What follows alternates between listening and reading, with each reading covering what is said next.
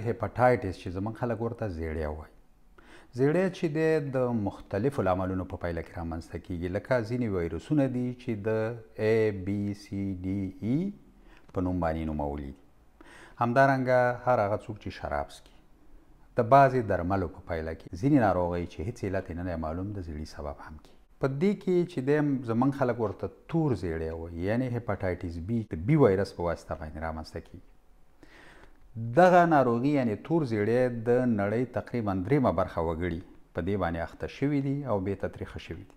د نیکه مرغه دغه ناروغي چې کوم ده 90 تر 95 په سلو کې د 6 اونیو په دوران کې چې د خپله ښه کیږي.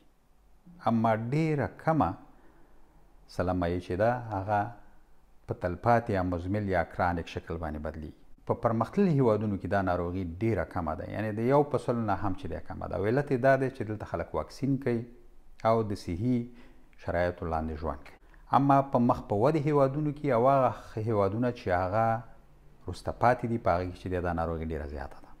د دې ناروغۍ نښې نښانې چې دي، یعنې دا زموږ خلک چې ورته زیړی وایي، علت یې هم دا دی چې په دې کې د پوستکي او همدارنګه د سترګو رنګ چې دی زیړي. د ناروغ خېټه درد کوي، زړه بدوالی، کانګې، اسهال، تشې میتیازې تیاره وي او ډکې میتیازې چې بې رنګه وي. چې هر هغه څوک چې په دې ناروغۍ باندې اخته وي نو د انسان د بدن په ټولو مایعاتو کې دا ویروس موجود وي.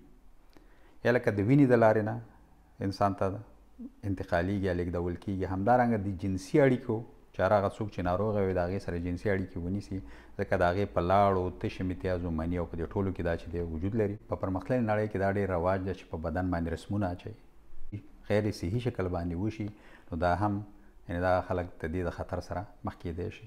هغه خلک چې یعنې مخدره مواد څخه ډېره ګټه پورته کوي، یوه پیچکاري نه څو ځلې استعمالوي، دا هم چې دا خلک د دې ناروغۍ د خطر سره مخ دي.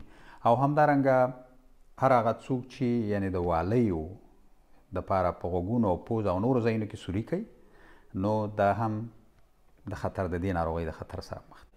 هغه میندې چې په دې ناروغۍ باندې اخته وي نو د حمل په دوران کې کوچنی هم په دې اخته کېدلی شي. دا ناروغي چې د موږ وویلې چې د 95 تر 95 په سلو کې خپله ښه کېږي د څو اونیو په دوران کې، خو ډېر کم یې په دوامدار شکل یا په تلپاتې شکل باندې بدلیږي چې هغه ځیګر تخریبوي او د انسان په بدن کې بیا چې دی په خېټه کې اوبه پیدا کېږي چې هغې ته سیروزس ویلی کېږي. او همدارنګه د ځیګر د سرطان سبب هم کېږي. په ډېرو کمو واقعاتو کې چې دی مغز د اغېز لاندې راولي او د ناروغ د مرګ سبب هم کېږي. اول خو باید د مخنیوي لارې چارې باید واکسین چې دی ووال شي. یعنې 3 واکسینه کېږي، یو چې دی وال کېږي، دوهم چې 4 اونۍ وروسته وال کېږي، او دریم چې دی 1 کال وروسته وال کېږي، او بیا وروسته هر 10 کاله بعد چې دی 1 ځل واکسین وال کېږي.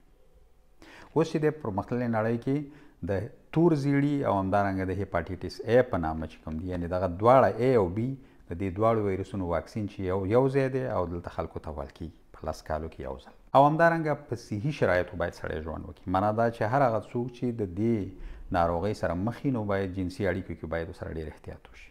هر هغه څوک دن په اندامونو رسمونه اچوي یا مثال سوري کوي په غوږونو او پوزه کې، نو باید د صحي شرایطو نه، یعنې د غیر صحي شرایطو کې باید دا ترسره نه شي تر څو پورې چې په دې ناروغۍ باندې اخته نه شي. درملنه یې چې د هر هغه څوک چې یعنې چې د هغه کمه فیصدي یعنې په تلپاتې شکل باندې بدلیږي، نو د هغې دپاره یې درملنه انټرفیرون په نامه باندې پیچکاریګانې دي چې دا په اونۍ کې 1 ځل وال کېږي، چې دا خپله د دغه ویروس په مقابل کې د بدن مقاومت چې دی لوړوي. او همدارنګه بعضې ګولۍ دي د انټیکاویا چې هغه البته په مختلفو هیوادونو کې شاید په مختلفو نومونه وي، هغه هره ورځ خوړل کېږي تر څو د دغه ویروس د تکثر یعنې زیاتوالي څخه مخه ونیسي چې ناروغ ته نورې ناروغۍ پیدا نه کړي او د منځه لاړ نه شي. 3% کې دغه تلپاتې ناروغي چې کومه ده په بشپړ ډول باندې د منځه ځي. د یوې بلې روغتیایي خپرونې پورې له تاسې اجازت غواړو. ستاسې د بشپړې روغتیا پایله.